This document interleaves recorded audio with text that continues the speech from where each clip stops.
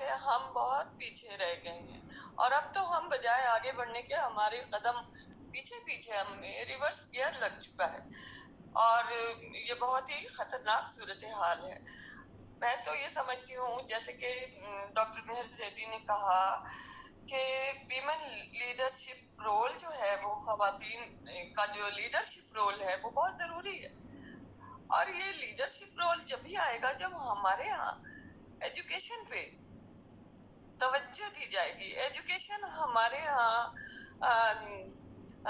خواتین کی تو بہت دور کی بات ہے، ہمارے یہاں تو جو بچے ہیں، جو دیکھا جائے کہ جو لڑکے ہیں وہ نہیں پورے آتے ہیں، مطلب کہ ان کو نہیں تعلیم دی ان کی طرف نہیں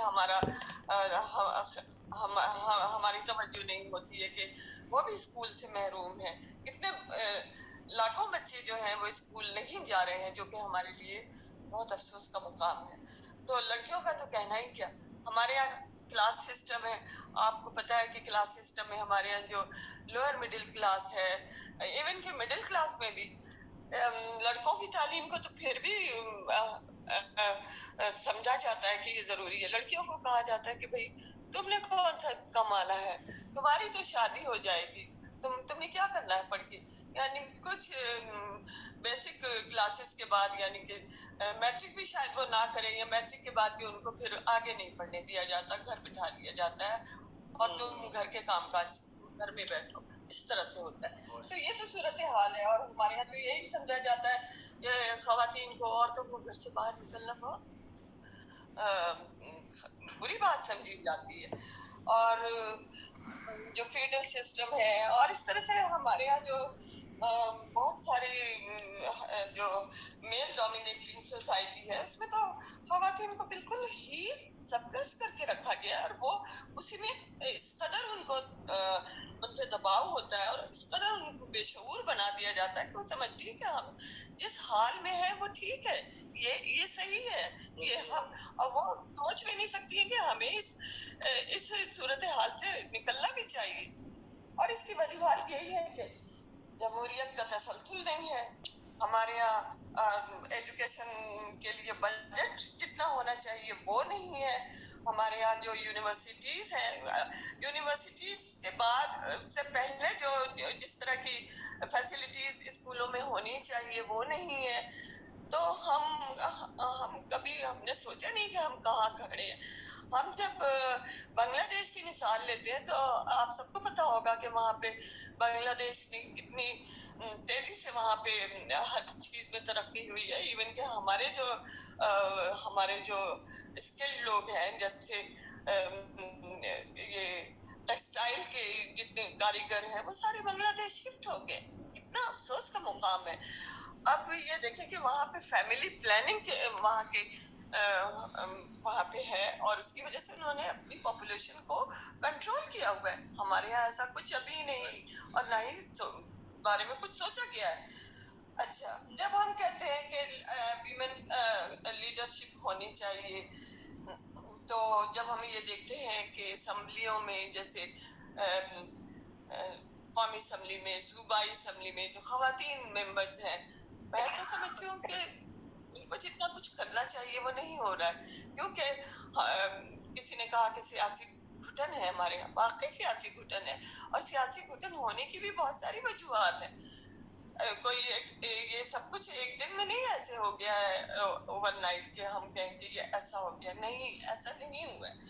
ہمارے حالات جو ہیں خواتین کے حوالے سے بہت زیادہ مخدوش حالات ہیں، اور میں تو جب پیپر پڑھ رہی تھی ڈاکٹر صاحبہ، تو میں تو رشک سے سن رہی تھی، رشک آ رہا تھا مجھے ان ممالک پہ، جیسے ویتنام ہے، واقعی وہاں وہ جنگ ہوتی رہی ہے وہاں سالہ سال، اس کے باوجود وہ ہم سے اتنا آگے ہے خواتین کے حوالے سے، اور بنگلہ دیش ہے، اور باقی دوسرے ممالک جو انڈونیشیا وغیرہ سب کا ذکر انہوں نے کیا۔ ویمن امپاورمنٹ ہمارے یہاں ہونی چاہیے، ہم باتیں تو بہت اچھی کرتے ہیں، لیکن جب عملی طور پہ ہمیں کرنے جب ہم سوچیں کہ ہم عملی طور پہ ہم کیسے کریں تو اس کے لیے کوئی پالیسی نہیں ہے، اس کے لیے کوئی پلاننگ نہیں ہے. ہمارے یہاں جو ہوم بیسڈ خواتین ورکر ہیں وہ بیچاری بہت کوشش کرتی ہیں، لیکن ان کو کوئی اسٹریم لائن نہیں دی جاتی ہے کہ وہ اپنا ہنر یا جو بھی کام وہ گھر میں رہ کے کر رہی ہیں ان کو بھی اس کی اجرت ملنی چاہیے. تو یہ سارا کچھ ہے، اور لیکن پھر بھی ہمیں مایوس نہیں ہونا چاہیے، کیونکہ ہمارے یہاں جو خواتین ہیں، جو باشعور اور پڑھی لکھی خواتین ہیں ہمارے معاشرے میں، وہ بہت کم ہیں، آٹے میں نمک کے برابر ہیں، لیکن وہ پھر بھی سوچتی تو ہے. اب جیسے میں اسی نشست کی بات کر لوں کہ ڈاکٹر صاحبہ نے اس موضوع پہ اپنا قلم اٹھایا، آخر ان کے ذہن میں یہ بات آئی تو انہوں نے یہ ایک قدم آگے بڑھایا اور ہم نے سنا، اور اب ہم بھی اپنے فورم پہ جا کے ضرور اس چیز کو ہم آگے پھیلائیں گے اور آگے ہی دیں گے. شعور آہستہ آہستہ ہی آتا ہے، لیکن اس کے لیے ہمیں محنت بہت کرنی ہوگی. ہمارا معاشرہ تو ایسا ہے کہ یہاں پر مذہبی انتہا پسندی کو جب تک کنٹرول نہیں کیا جائے گا ہم سوچ بھی نہیں سکتے ہیں کہ ہم آگے بڑھ سکتے ہیں کسی بھی طرح سے. خواتین کے لیے اب یہ تو ہم خواتین جانتے ہیں کہ جب ہم گھر سے باہر نکلتے ہیں تو ہمیں کتنی نظروں کا سامنا کرنا پڑتا ہے. تو ہماری جو بچیاں ہیں، اب آپ دیکھیں ہمارے معاشرے میں اب تو روز ہی خبروں میں ہوتا ہے، روز ہی میڈیا پہ آتا ہے کہ ریپ ہو گیا. تو اب ہم کیا سمجھے، ہم کس طرف ہمارا معاشرہ جا رہا ہے، ہم سوچ نہیں سکتے کہ ہم کس قدر امیر گڑھوں میں گر رہے ہیں. اور یہ مذہبی انتہا پسندی کو روکنے کے لیے بھی پلاننگ کرنا ہوگی.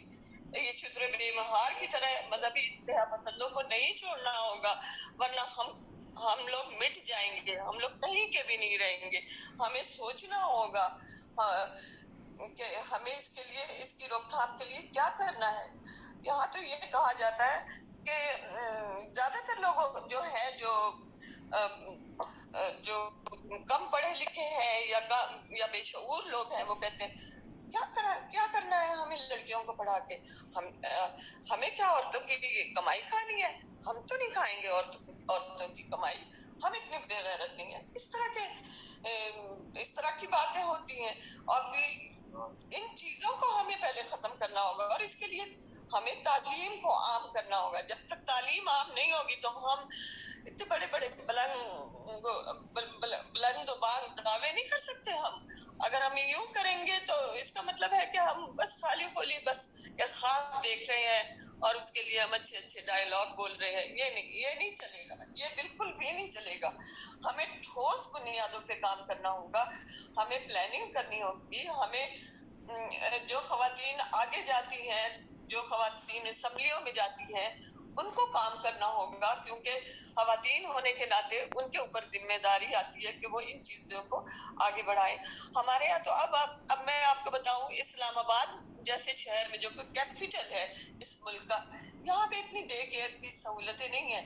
اب اگر آپ ایجوکیشن کے حوالے سے دیکھیں تو جو ٹیچرس ہیں، لیکچررس ہیں، پروفیسرس ہیں، یہ جب ان کو ذہنی آسودگی نہیں ہوگی تو وہ کیسے اپنا کام آگے کریں گی؟ کیونکہ بچے چھوٹے ہیں. اب ضروری نہیں ہے کہ ہر ایک کے گھر میں نانیاں دادیاں ہوں جو بچوں کو سنبھالے، نہیں، ایسا نہیں ہو، اب ایسا نہیں ہے، بلکہ اب سسٹم جو ہے وہ چینج ہوتا جا رہا ہے.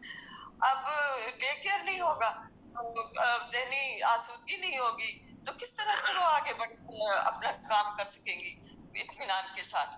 اسی طرح سے آپ کو پتا ہے کہ ہمارے یہاں ہراسمنٹ کا کتنا زیادہ آج کل تو بہت زیادہ ہو گیا ہے کہ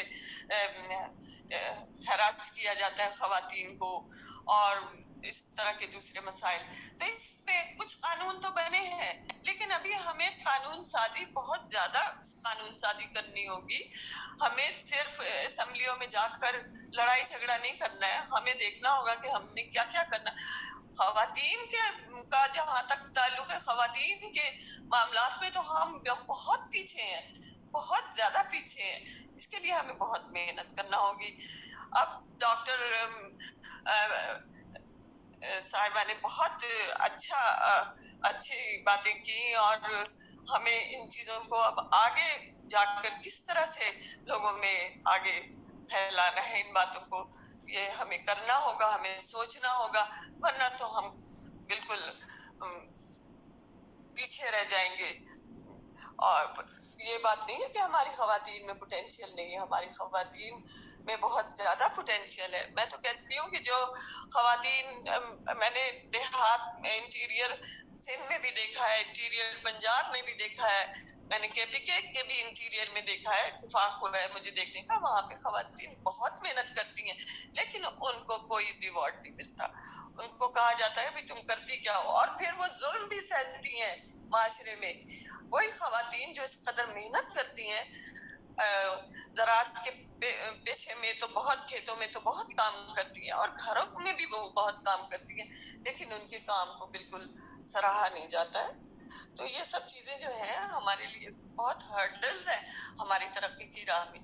تو جب ہم فائنینشیلی اسٹرانگ نہیں ہوں گی خواتین تو ظاہر ہے پھر جیسا کہ ڈاکٹر صاحبہ نے کہا کہ فائنینشیلی مضبوط ہوں گی، اسٹرانگ ہوں گی، تو شعور بھی پھر آہستہ آہستہ خود اس کے ساتھ یہ پروسیس ہے کہ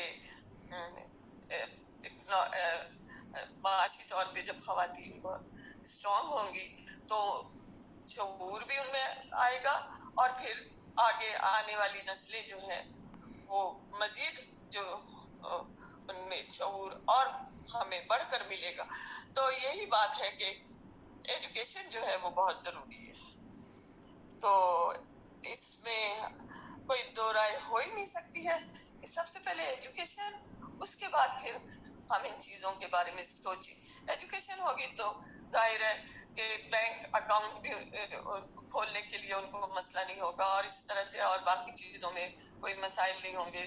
وہ تو یہ چیزیں جو ہیں یہ اتنی آسانی سے نہیں ہم حاصل کر سکتے ہیں. ہم نے اس کے لیے بہت جدوجہد کرنی ہے، بہت اسٹرگل کرنی ہے. اور اگر ہم چاہتے ہیں، اگر ہم سنسیئرلی خلوص کے ساتھ، ہم خلوص دل سے کام کرنا چاہیں تو کوئی وجہ نہیں ہے کہ ہم خواتین مردوں کے شانہ بشانہ کام نہ کر سکیں. بلکہ میں تو سمجھتی ہوں کہ خواتین جس کام میں ڈالتی ہیں اس کو بہت زیادہ سلیقے سے کرتی ہیں، اور اگر وہ ایجوکیٹڈ ہوں گی، تعلیم یافتہ ہوں گی تو وہ زیادہ بہتر طریقے سے کر سکیں گی. تو بس میں تو یہی کہنا چاہتی ہوں. اور میرے پاس بولنے کے لیے تو بہت کچھ ہے، بولتے ہی چلے جائیں گے ہم، لیکن یہ کہ بس اب ٹائم بھی بہت ہو گیا ہے. بہت شکریہ، کافی ٹائم ہو گیا ہے. تو بس بہت شکریہ آپ لوگوں کا، آپ لوگوں نے انوائٹ کیا، اور مجھے بہت خوشی ہوئی آ کے، بہت کچھ سیکھا. جیسے نجمہ صاحبہ، میں آپ کا بہت بہت شکر گزار ہوں کہ ویمنامکس کی جو ٹرم، جو اصطلاح میں نے ابھی سنی تو میرے لیے تو یہ نہیں تھی، اور مجھے بڑی اچھی لگی یہ اصطلاح. آپ آیا کریں اجلاس میں. اچھا، یہ سیکھنے کو بہت کچھ ملا، مجھے بھی بہت کچھ ملا سیکھنے کو، تو بہت خوشی ہوئی. اور جتنے پارٹیسپینٹ تھے ان لوگوں نے بھی بہت اچھی باتیں کی اور بہت اچھے مشورے دیے. تو اسی طرح سے جب ہمارے درمیان ڈائلاگ ہوگا، کمیونیکیشن ہوگی، تو ہم آگے بڑھیں گے انشاءاللہ. تو ہمیں مایوس تو نہیں ہونا چاہیے. میں نے کچھ ایسی تلخ باتیں کر دی ہیں جس سے کہ کوئی یہ سمجھے کہ میں نا امید ہوں. میں نا امید بالکل نہیں ہوں. میں چاہتی ہوں کہ ہم خواتین جو ہے ان مسائل کو بہت سیریسلی لیں، صرف ویبینار کی حد تک نہ لیں، ہم اس کو سنجیدگی سے لیں. شکریہ بہت بہت. وہ تلخ باتیں نہیں تھی، وہ جو آپ نے باتیں کی جی بہت شکریہ، بہت شکریہ. بہت شکر گزار ہے میں آپ کی بات. بہت شکریہ، میں بھی بہت شکر گزار ہوں آپ لوگوں کی. جی نجمہ صاحبہ بہت شکریہ.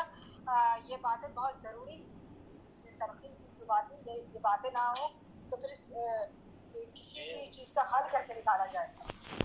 تو کچھ نہ کچھ دیکھیے یہ بظاہر لگتا ہے کہ سلو پروسیس ہوتا ہے، لیکن سلو پروسیس ہوتا ضرور ہے، کچھ نہ کچھ لوگوں نے دیکھا، دانشوروں نے کچھ نہ کچھ قدم اٹھائے، لکھے تو بہتری کی صورتحال آئی ہے دنیا بھر میں پچھلے طبقے، صرف اس میں خواتین کی بات نہیں، وہ تمام پیشہ طبقہ جس کے لیے آواز اٹھائی گئی، کبھی نہ کبھی کسی نہ کسی دور میں آواز نہ اٹھائی جاتی تو یقیناً ہم اسی طرح رہتے جیسے کہ پتھر کے دور میں رہ رہے تھے.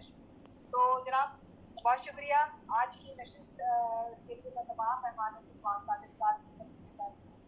بہت شکر گزار ہوں. تمام مہمانوں کو بڑی اچھی بڑی اہم گفتگو، اور ہم توقع بھی رکھتے ہیں کہ اس گفتگو اپنی صورت میں ہر طبقہ جو یہاں موجود ہے، چاہے وہ طب کے شعبے سے ہو، چاہے وہ لکھنے کا کام کر رہا ہو، چاہے وہ